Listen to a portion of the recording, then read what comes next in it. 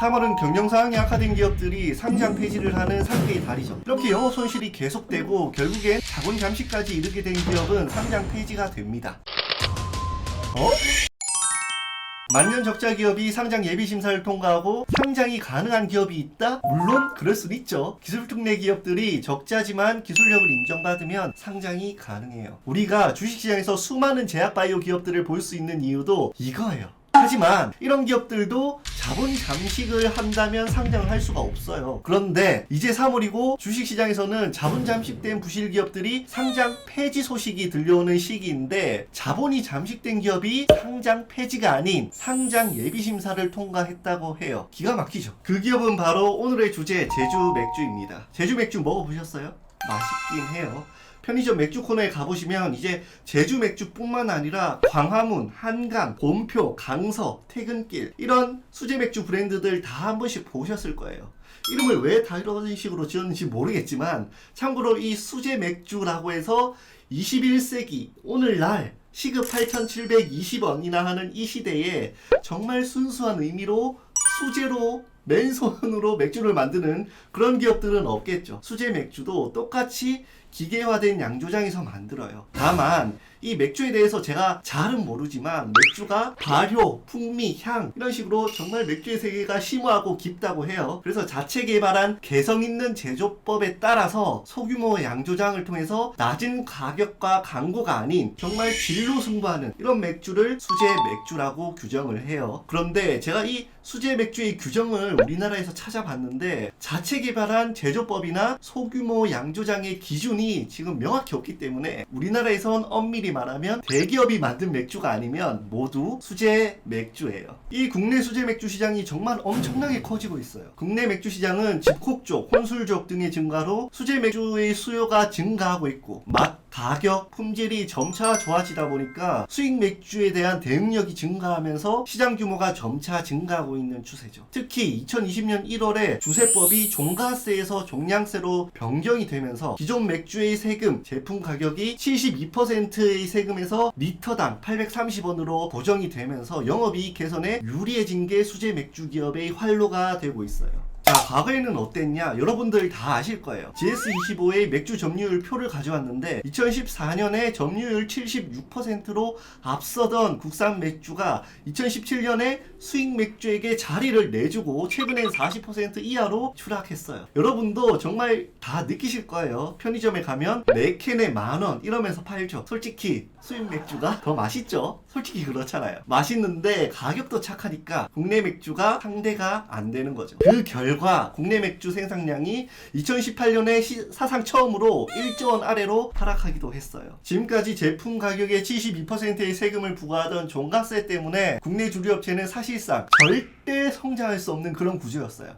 참고로 그 이전엔 더 심했어요. 90%였어요. 그렇다 보니 국내 기존 업체들은 스스로 자신들의 경쟁 맥주를 유통하는 아주 기형적인 구조를 만들어 냈어요. 여기 제가 예시를 가져왔는데 보면은 이것도 어쩔 수가 없죠. 힘들다고 자기가 안 팔면 또 다른 업체가 이걸 팔 거니까 어쩔 수 없이 팔게 되는 거예요. 오죽하면 오비 맥주는 자신들이 만든 카스를 해외에서 역수입하기도 했어요. 물론 이게 문제가 돼서 뉴스에 나오기도 했죠. 그만큼 이 제도가 그동안 말도 안 됐어요. 이제 종량세로 세금이 바뀌면서 세금이 감소하게 되고 이제 영업이익 개선에 유리해지는 길이 열렸고 그 결과 이제 수제 맥주 시장이 급격히 성장하게 되는 거예요. 다시 돌아와서 이렇게 수제 맥주 시장이 깨어나면서 해외의 경우에는 맥주 시장 점유율에서 수제 맥주가 차지하는 비중이 15%라고 해요. 그런데 국내는 아직 5%도 안 되기 때문에 여기가 블루오션이다, 길이 있다 라고 생각하는 VC들이 산업 초기지만 제주 맥주의 경우처럼 지금 열심히 적자지만 적극적으로 투자할 수 있는 환경이 되었어요. 제주 맥주 계열을 보면 미국의 30년 양조 기술을 자랑하는 브루클린 브루어리와 합작을 해서 만든 회사고 주요 제품은 당연히 수제 맥주예요. 기타 사업이 정말 특이한데 양조장 투어, 제주도 한 달 살기. 제가 주식을 10년 넘게 하면서 보게 된 가장 정말 신선한 기타 사업인 것 같아요. 아마도 사업 부분이라기보단 부가 수익 정도겠죠. 그냥 맥주 제조 회사예요. 2020년 실적은 전년 대비 크게 증가는 했어요. 215억. 하지만 영업이익은 마이너스 43억 원이고 순이익은 마이너스 114억이네요. 공모 예정 금액은 217억에서 242억 원이고 주당 발행 예정가는 2,600원에서 2,900원인데 이걸 고려하면 기업의 가치는 1,000억 원대예요. 그런데 여러분, 상장이란 게 격한 말로 개나 소나 하는 게 아니잖아요. 그렇죠. 그래서 이 제주 맥주가 만년 적자에 시달린 수제 맥주판 쿠팡이다, 이런 말이 나오고 있어요. 왜? 적자 투성이니까 이렇게 문제를 삼고 있는데, 또 아이러니하게도 최근에 쿠팡이 상장을 했죠. 그래서 거의 50조 이상 초대박 상장을 했습니다. 그래서 이제 이 수제 맥주판 쿠팡이란 말이 어떻게 보면 칭찬이. 상장 기업이라면 상장 폐지 기업인데 도대체 어떻게 상장을 할까요? 일반 코스닥 상장 요건은 매출액, 이익률, 자기자본 같은 양쪽 요건이 불충분하기 때문에 기술 특례나 성장성 특례를 이용해서 상장을 해야겠죠. 그런데 제주맥주는 이 상장 특례를 이용하기에도 조건이 부족해요. 한국거래소가 마련한 특례 상장 요건이 매출이 없고 적자라도 봐주겠다. 그런데 자기자본 10억 정도는 가져와라. 자본 잠식은 절대 안 된다인데 제주맥주는 자본 잠식 상태로 심사를 통과했어요. 그래서 제주맥주가 상장하는 유일한 상장 요건은 테슬라 상장 요건. 그 중에서도 시가총액을 기준으로 하는 요건으로 상장을 할 계획이에요. 참고로 이미 제주맥주는 프리 IPO 단계에서 시가총액 1,000억 원 이상 기업가치 평가를 받았습니다. 그래도 이해가 안 가는 부분이 많죠. 테슬라 상장 요건은 증권사가 내가 보장을 하겠다, 이런 식으로 증권사의 추천이 핵심이기 때문에 증권사는 혹시 3개월 뒤에 주가가 하락을 하게 되면 풋백 옵션으로 보상을 해줘야 되는데, 대신증권이 실적이 좀 급했나?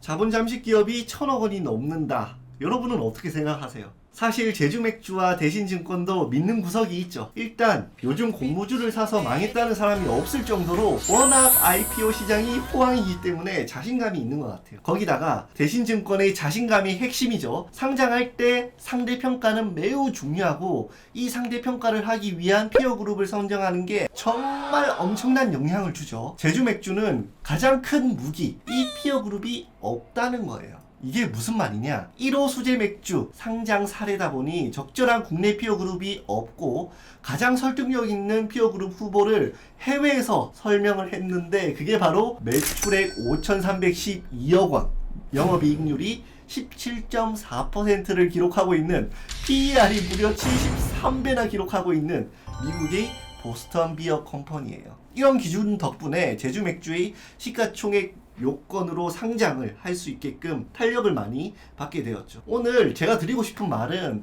이 거래소가 상장을 위한 문을 정말 많이 만들어 놨고 기업의 가치가 있다면 요즘에는 기업의 문턱이 절대 높지가 않아요. 그래서 상장은 기업의 상장 의지가 정말 많이 중요한 요인이에요. 분명히 상장의 경로를 기업의 특징에 맞게 활로를 연 거는 금융시장 활성화 차원에서 정말 너무 좋아요. 그런데 제 기준이 좀 보수적이라 그럴 수도 있겠지만 적자투성이인 서양 막걸리 기업을, 이 혁신성 있는 기업을 상장하기 위해 만든 테슬라 상장 제도를 통해서 상장시키는 게 맞는가 생각을 해볼 필요가 있을 것 같아요.